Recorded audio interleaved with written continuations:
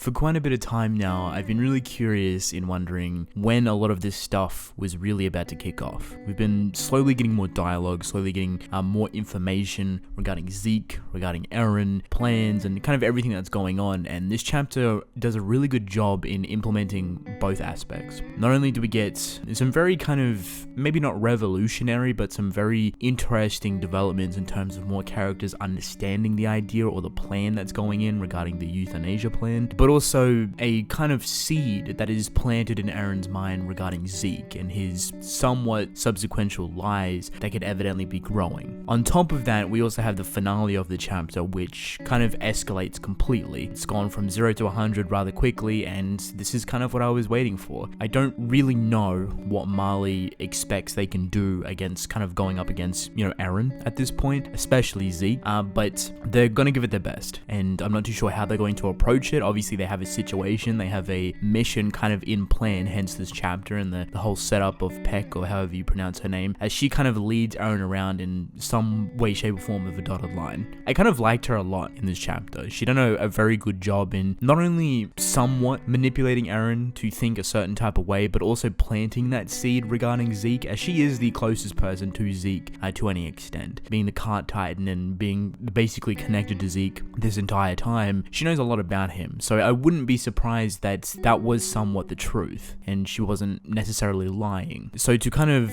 bring up some doubts in Eren's mind, whether he kind of plays on it or not, is a very intuitive thing. It explores a lot of different ideas, and Eren may even second guess himself or even second guess Zeke to any extent, which already, if he does that, Peck has ultimately done what she set out to do. And it leaves Eren maybe at one point at a very massive disadvantage just from taking a second or two to question or reflect back on that idea that Peck actually planted. I mean, props to her. She's done a very good job. She's going up against Eren. She kind of persuades him that she's on his side and is willing to help and point out all the kind of traitors amidst the group right now, scouting Eren. But then, obviously, it's a massive trap. We have a kind of barrage of Marleyan soldiers in the airships, basically coming over to obliterate Eren. So it was a pretty well set up situation, and I think Eren, for the most part, so far, has handled it rather well. I don't think he was necessarily on guard to the extent that he could have been. Obviously, being drawn out into the open of a rooftop sounds very suspect for the most part, but I think the preparations and the kind of edge that he currently sits on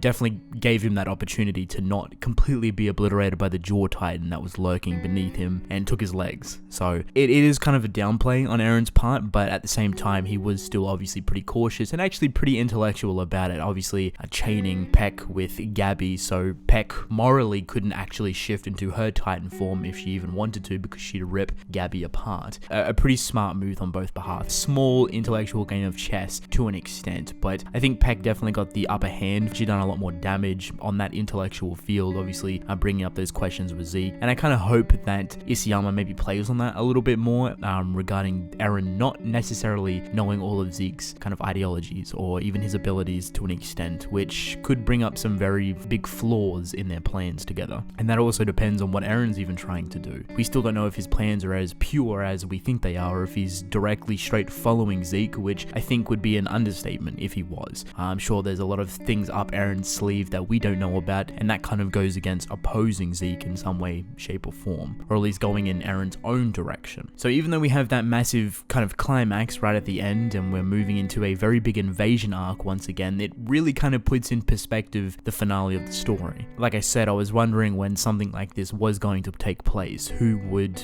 kind of make the first move? Would it be Marley? Would it be Eldia? And I think Marley acted pretty intelligently. They didn't wait ultimately too long. They were trying to obviously cripple Eren before he could really get up and moving. There's obviously a lot of people supporting Eren and backing him, and that is also in different locations, but they really wanted to try and single him out specifically and kind of get him over and out of the situation. It's a pretty smart move. Depending on how this goes, you can also see this pattern kind of arising at the moment, as slowly all the Titans are kind of congregating in one place. Obviously the Jaw Titan's here now, Peck is here, and majority of the other Titans Titans are kind of scattered all over the place, but they're all kind of on Paradise. I think the only question is if Reyna is there, or the Armored Titan, unless they've kind of shifted that already, which I don't think they would have. So we're slowly kind of gathering all of the Titans in one place. You know, Annie is also still a situation of its own, so I wouldn't be surprised if that were to come up sooner or later. And it all kind of depends on what Zeke's plan is, what Eren's plan is, and how they go about the rest of the Titans that kind of stand in their way. And if we potentially ever go down the kind of 9 Titans route, where Eren may eat all 9 Titans, or at least has to acquire all 9 Titans to some extent, or have them all in one place to do something, connect them all together somehow using the pass, and maybe they all see Ymir or something. I don't know, that's very fantastical, that's very mystical in that way, it's supernatural, but you never really know at this point. So that in itself is an idea. Like I said, we're slowly rounding up all the Titans. I think that's a very big thing. Marley's attacking, and I think we're going to jump straight into a pretty big response. I don't know how long this attack is going to be, but I think it does put in perspective the finale of the story, like I said, and Marley making their move first before Eren can actually do anything. Kind of on top of that, the Armin and Mikasa's situation was rather intuitive with Yelena, I believe her name is, and I was actually rather surprised that Yelena actually spoke about the euthanasia plan to basically all the captives, more specifically Armin and Mikasa, and their response to it, or at least Armin's response to it, as he was kind of crying. I wouldn't be surprised if that was kind of fake to kind of gain Yelena's trust, as it kind of seemed like Yelena was like, because it kind of seemed like Yelena had like a notation towards Armin crying, like maybe like, oh, this person actually believes in the plan. Armin may evidently believe in the plan himself. I guess this is the actual first time in hearing what Eren is trying to do, or at least what Zeke is trying to do with Eren's help. It kind of paints a better image for both Armin and Mikasa, as well as the other characters that truly hate Eren at the moment and despise him, but are slowly starting to understand what he's trying to do, you know, for the betterment of Eldia, even in some ways for the betterment of Marley, and trying to end, quote unquote, the circle of hatred, which is a pretty noble thing. It comes a lot of sacrifices, and Eren and Zeke are both doing that. I think the biggest reason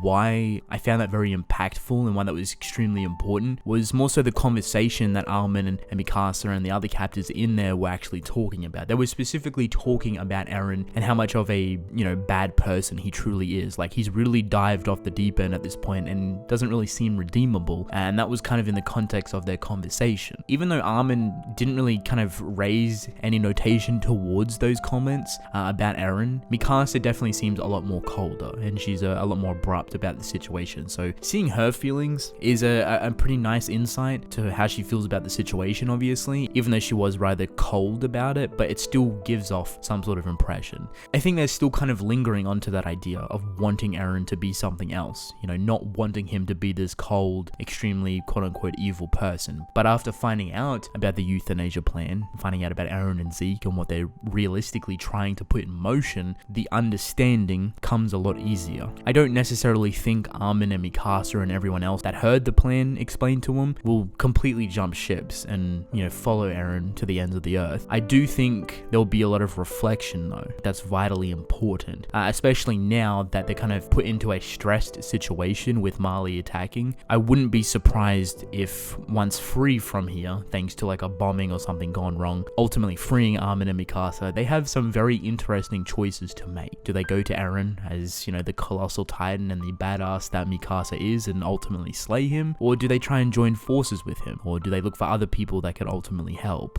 But that has kind of evened the playing field a little bit more, and the understanding of Eren and Zeke is a vitally important thing. Perception in this chapter is really well done, and the fact that we jump back and forth between Marlians and Eldians, especially the stuff with Gabby kind of onlooking the Peck and Eren conversation, I thought was also rather impactful. Gabby is a perfect showcase of how manipulated Marlian children are, or at least the Eldian children in Marley's society, and how they're raised this certain type of way. Even though Peck was kind of manipulating the conversation and trying to gain the upper hand on Eren, the stuff she said was rather true. She doesn't necessarily trust Marley, but she trusts in her comrades, which is a faithful thing to have. And I guess in this type of world, it's the only thing that you can really want and what you can rely on. Your friends, your comrades, the people that you love and care about, instead of caring about the politics and the political nature of warfare. I think that's a pretty true thing to stick by. Gabby is the forefront of that, and I guess the depiction of Marley and the depiction of Eldia really reflect through her as a child. child and what they raise these children to be, these warriors that are filled with hatred. I think the last thing